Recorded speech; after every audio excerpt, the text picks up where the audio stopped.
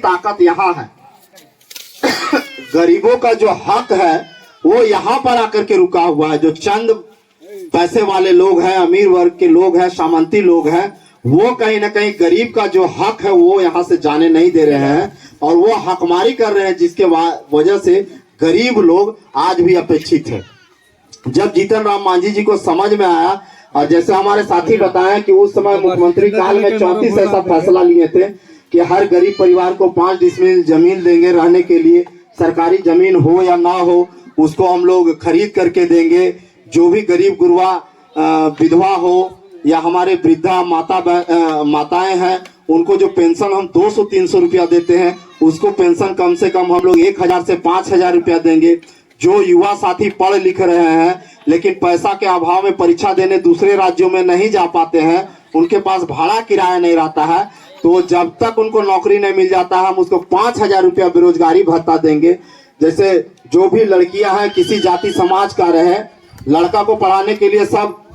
गया पटना दिल्ली भेज देता है, लेकिन लड़की के जब बारी आती है तो कहते हैं कि ना लड़की है क्या करेगी, वो घर का काम ही करेगी। तो जीतन राम मांझी इस चीज को महसूस किए और उन्होंने समझा और उन्होंने उस दौरान किया था कि जो भी किसी भी जाति धर्म की बहन बेटी है उसको पढ़ने के लिए पहला से लेकर के और एमए तक, जो पोस्ट ग्रेजुएशन कहते हैं, एमए तक का जो पढ़ाई है, किताब से लेकर के कपड़ा से लेकर के सारा खर्च बिहार सरकार देगी। तो इस तरीके का कई योजना उस समय वो बनाए और उसको धरातल पर वो लाने का प्रयास किए। लेकिन जो लोग आज तक ठगते आया है गरीब लोगों को, उसको लगा कि यह सब यदि जीतन राम मांझी लागू कर देते हैं तो आज तक जो हम लोग अपना राजनीतिक रोटी सेकते आए हैं, इन लोग को बुड़बक बना करके धोखा दे करके इनको कहीं के सत्ता में बने रहने हैं, वैसे लोग यदि जाग जाएगा तो कल हम लोग का राजनीतिक जमीन खिसक जाएगा। से कुर्सी हटा दिए, लेकिन जीतन राम मांझी जी कसम खाए, संकल्प लिए कि जो 34 फैसला हम सोचे हैं गरीब गुरबा के लिए उसको हर हाल में हम लागू करेंगे, चाहे सत्ता में रहे चाहे नहीं रहे। और इसलिए उन्होंने हम सेकुलर पार्टी बनाया, जिसका पूरा नाम है हिंदुस्तानी अवाम मोर्चा सेकुलर पार्टी, और उसका नाम दिया गरीबों के पार्टी, और उसका नारा दिया कि सबका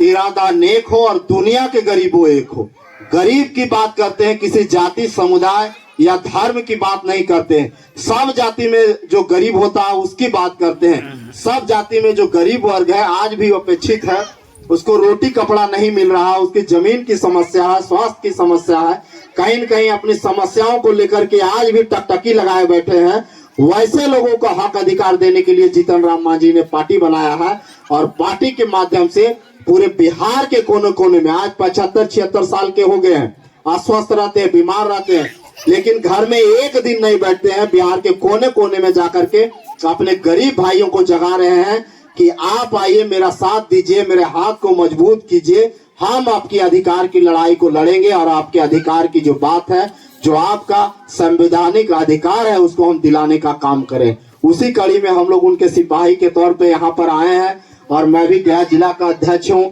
इस नाते गया जिला के 24 प्रखंड में हम लोग घूमते हैं और जो गरीब भाई हैं उनको कहीं न कहीं बताने का काम करते हैं कि जीतन राम मांझी इस तरीके का सोच लेकर के आए हैं। पार्टी का हम लोग का सोच है कि यदि जीतन राम मांझी जी को हाथ को आप लोग मजबूत कीजिएगा तो कल जो आपका आवास का समस्या है, जमीन का समस्या है,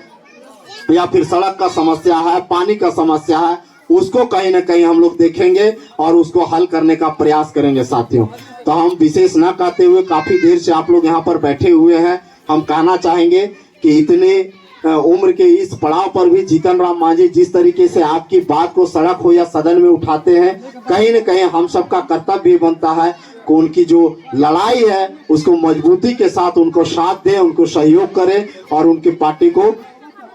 समर्थन करें। इसी मांग को लेकर के हम लोग आए हैं और आज यहाँ पर कई साथी, यहाँ के जो साथी हैं जो आज हम पार्टी का सदस्यता लेंगे और हम पार्टी के जैसे आप सदस्य बन जाइएगा तो किसी तरह का समस्या होगा, हम लोग का फोन नंबर रखिएगा, थाना का